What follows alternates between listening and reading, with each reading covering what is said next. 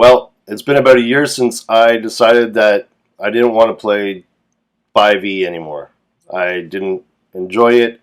I was looking for a new game, and I decided to explore what the older versions of the game had to offer. And I've learned a few things over that year, and I'm going to share them with you today. Maybe it'll help you make a decision if you want to explore older versions of the game. I'm Tristan. This is Heroes and Homebrew.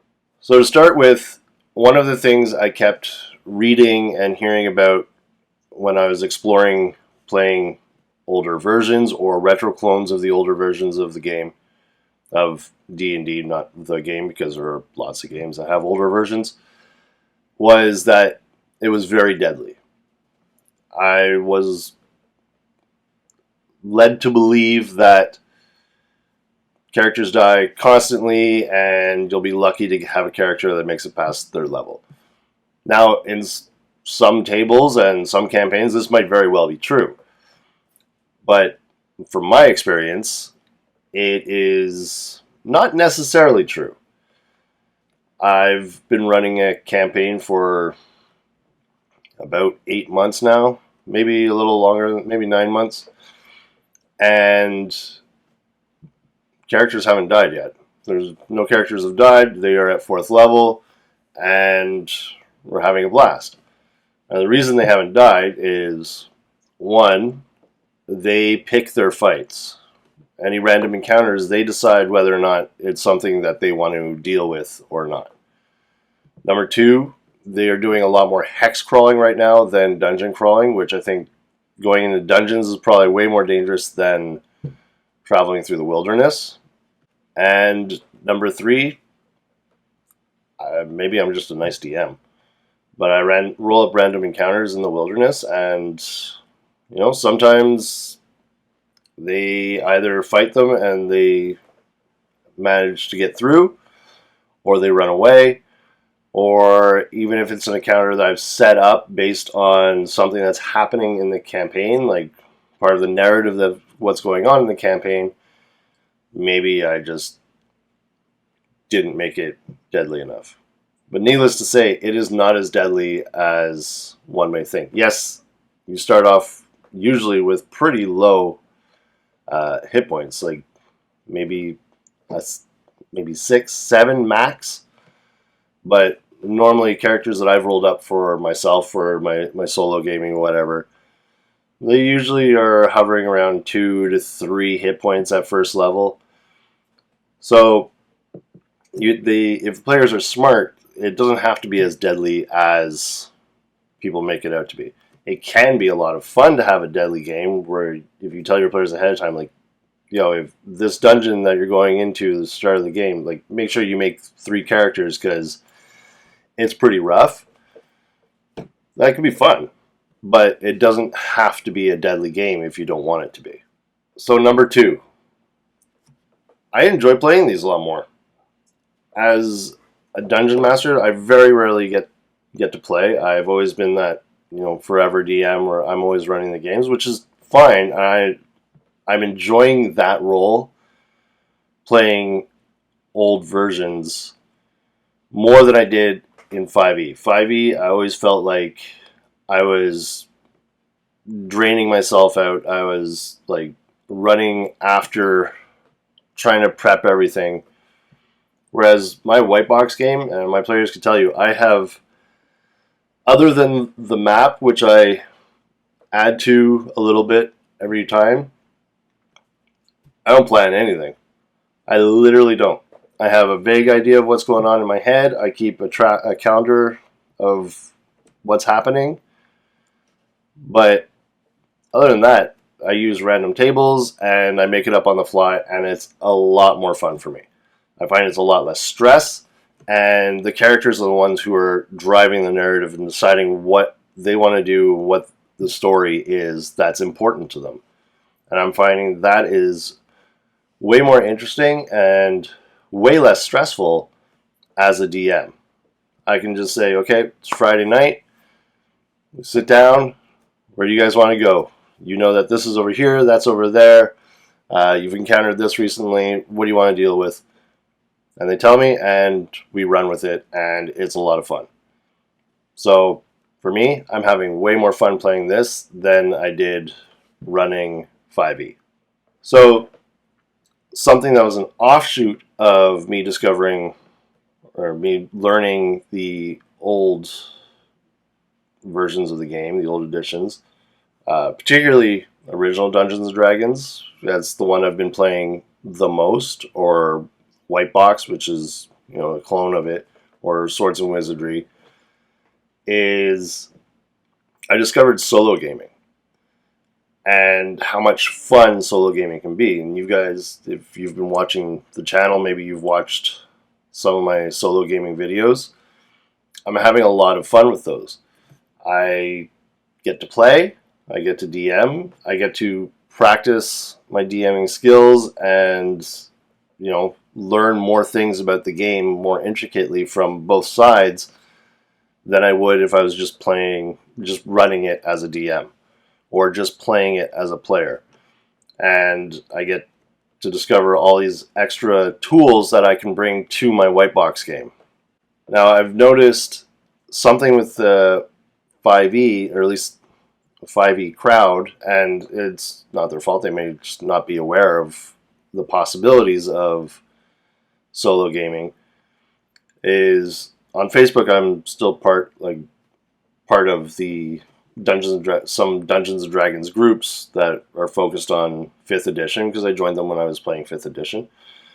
And people bring up, hey, can I play solo?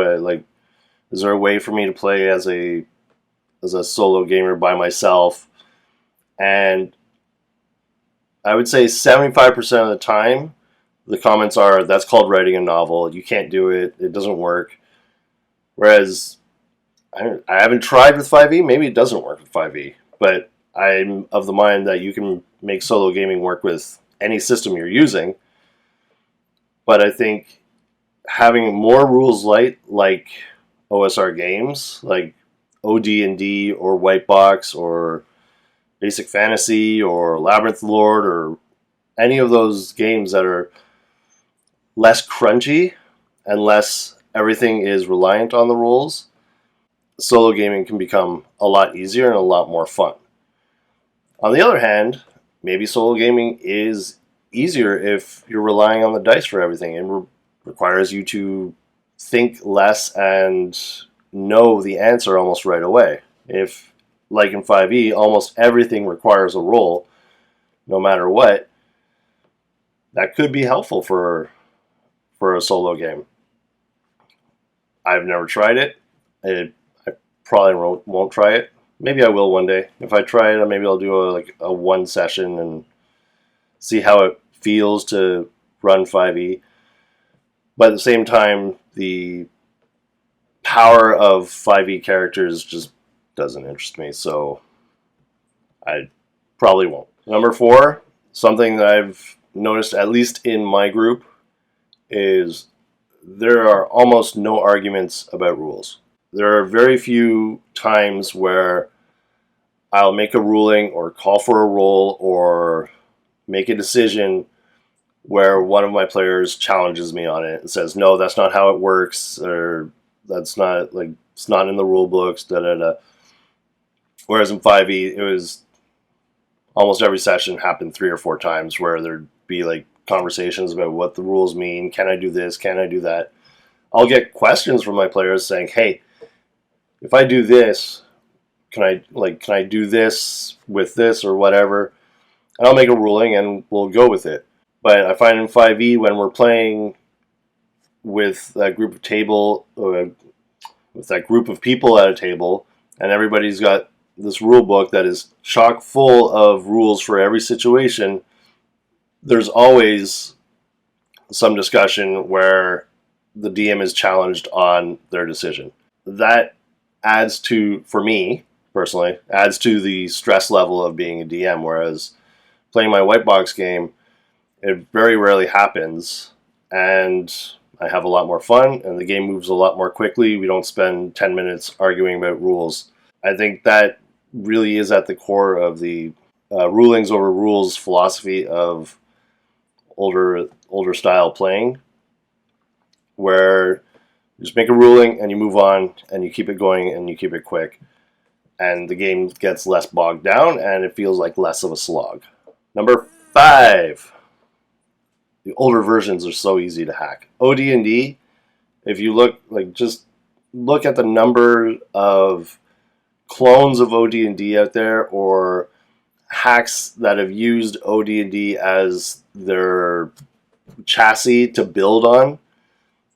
It's so easy because the rules are so sparse, and in some cases, if you're using the actual OD&D books, the rules are pretty vague in a lot of places too. It makes it so easy for you to say, you know what, I think we need to have cannons, or I want an airship, or I want to take OD&D and I want to put it in Victorian England, or I want to take OD&D and I want to make a cyberpunk game out of it. It's so rules light that it's very easy to do. Or yes, there are tons of hacks of 5e for all sorts of things, but it is a lot of work. For the person who's trying to create that game, it's a lot of work, and it's very easy to make the game collapse in on itself if the rules don't match right. Now, I will say, if you are looking to run a particular genre, like if you are looking to run a cyberpunk game, just play a rule set that is a cyberpunk game. A game that was designed to be that genre from the ground up. You can play Cyberpunk Red, you can play, Cyborg, the Morkborg hack. Play Cities Without Numbers, which is out right now. I might do an overview of that, but there are multiple games for any genre you're thinking of playing. I would just go play one of those instead of trying to hack a particular rule set that you like to play it. However, if you want to draw elements from that into your fantasy game and say, this is going to be a weird and crazy game, and I don't really care. There's going to be alien spaceships and laser guns, and we're just going to go wild and gonzo. It's so easy to do without breaking the game that you can just have a lot of fun with that. And lastly, the modularity of the game. So what I mean by that is, yes, it kind of goes along with the it's easy to hack, but the modularity of the game means that you can take rules from other rule sets and put them into whatever you're using. For example, if I'm using OD&D, but I want to use the ability score rules from AD&D and slap them in, I can, and it's not a problem. I can pick rules that I like from all sorts of sources and put it into OD&D, and it's fine. Advantage rolls, disadvantage rolls from 5e, sure, put it in. Weapon speed, why not? And you might start seeing that what you're doing to the game you're playing is actually turning it into a later edition, it might become more like AD&D or BX than OD&D, but that's fine because you're creating the game that you like to play. You're using the OD&D as your chassis, and then after a while you might be like, hey, we're pretty much playing BX, why don't we just play BX? So it's allowing you to test out those rules from the other versions until you either A, create the game that you want to play that is fun for your table, or you realize, hey, you know what?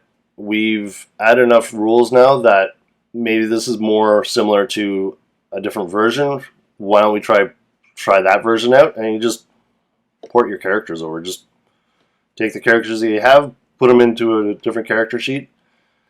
There you go. So the modularity of it is fantastic. You can even pull some rule sets from other games that aren't, of the same system and try them out in that game. For instance, the way it was originally meant to be played is you have chainmail and outdoor survival. Using chainmail with OD&D is a lot of fun, and it's super fast and it's super modular. So Try it out. Pull things in. Make up your own rules and toss them in. There's very little that's going to make a game with that few rules break.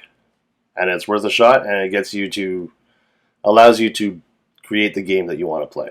So that's it, really. That's just some of the things that I've kind of learned or noticed over the last year of playing OD&D and Whitebox and other retro clones and reading the rules of other retro clones.